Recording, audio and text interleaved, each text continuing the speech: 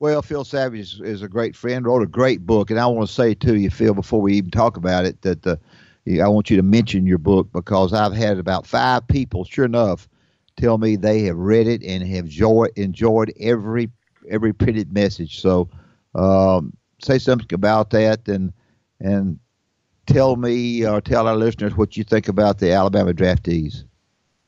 Well, thanks so much, Coach. Yeah, with the draft last night and, of course, continuing today, no better time to talk about 4th and goal every day. When Nick Saban got to Alabama in 2007 and the following spring, 2008, Bama had 0 picks in the entire draft. Now they've had 69 total picks since his arrival, including now 25 first rounders. So it's just been an amazing story, and I wanted to give some of the background on how do they get your book? Yeah, you can go to Amazon.com, you can go to Barnes and Noble, any of the major outlets, Books A Million, they all have copies of it. You can go to the University Supply Store.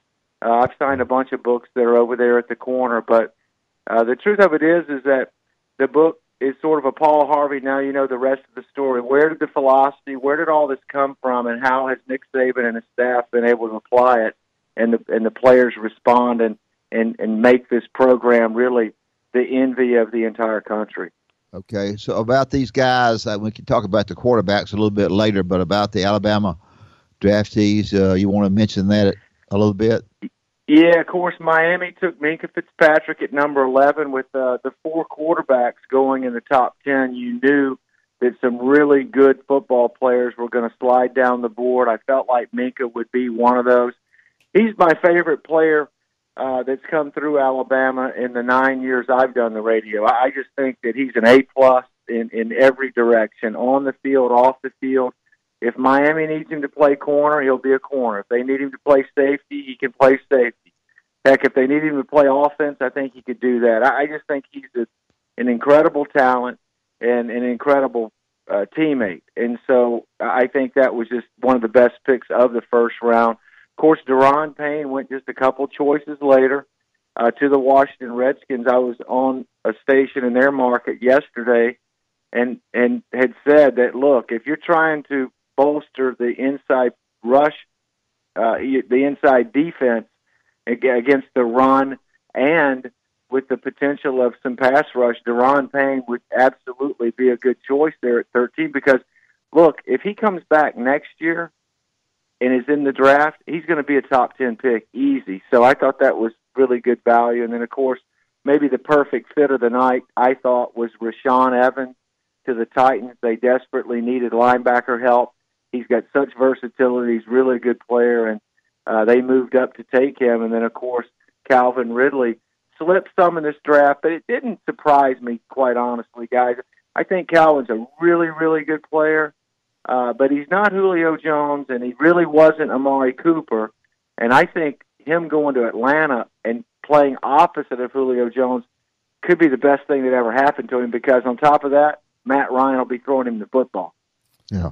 Yeah, we're talking with Phil Savage. Phil, what do you say to people that say, Calvin really fell because Jalen Hurts couldn't throw him the football, couldn't get the ball to him? Is that true? I don't see that. What do you say to people that say that?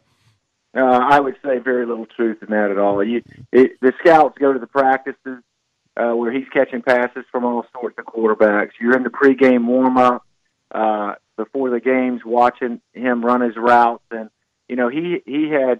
he has supreme quickness. He can get in and out of his breaks. He can play underneath the defense. He really knows how to get open and stay open. And then, of course, he's got enough speed to go over the top. Were his statistics as gaudy as some of these guys that catch 90 and 100 passes? No. But when he was called upon and when they needed him the most, Calvin Ridley delivered for 3 years in Tuscaloosa. I would say his statistical production and the fact that Bama had some problems in the throw game down the stretch had zero impact.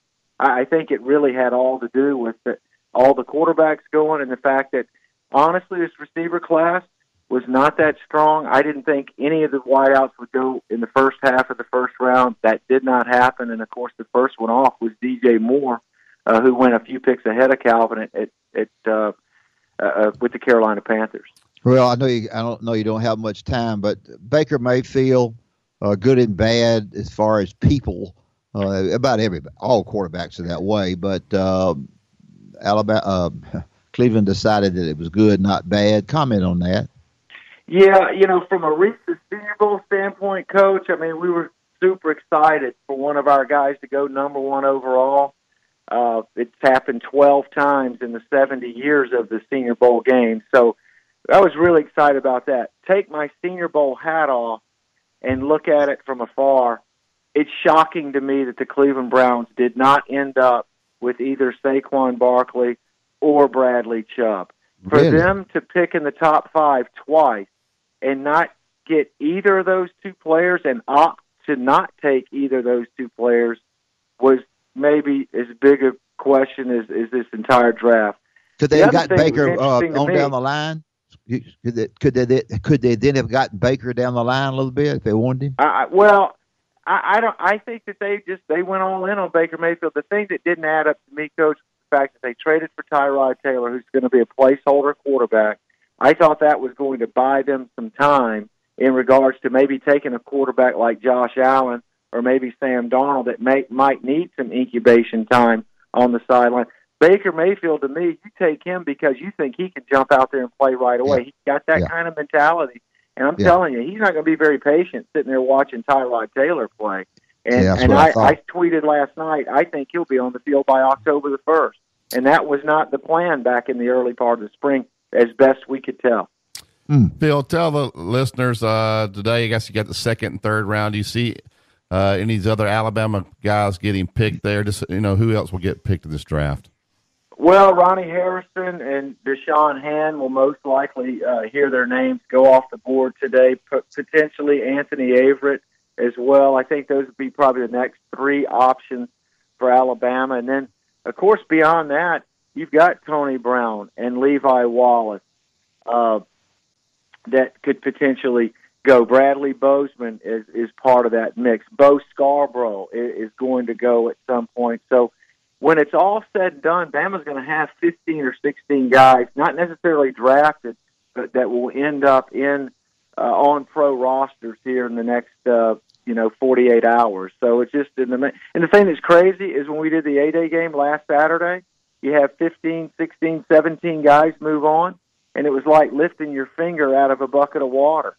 It was almost like you didn't notice it because Raekwon Davis and Quinnen Williams and Isaiah Buggs and Dylan Moses and all those guys are running around. Yeah. Well. Yeah, I think one of the things Calvin Ridley said from coming to Alabama, he said, I learned to work hard. He said, I don't even take a day off now because Nick Saban has instilled in me, I feel bad if I do it.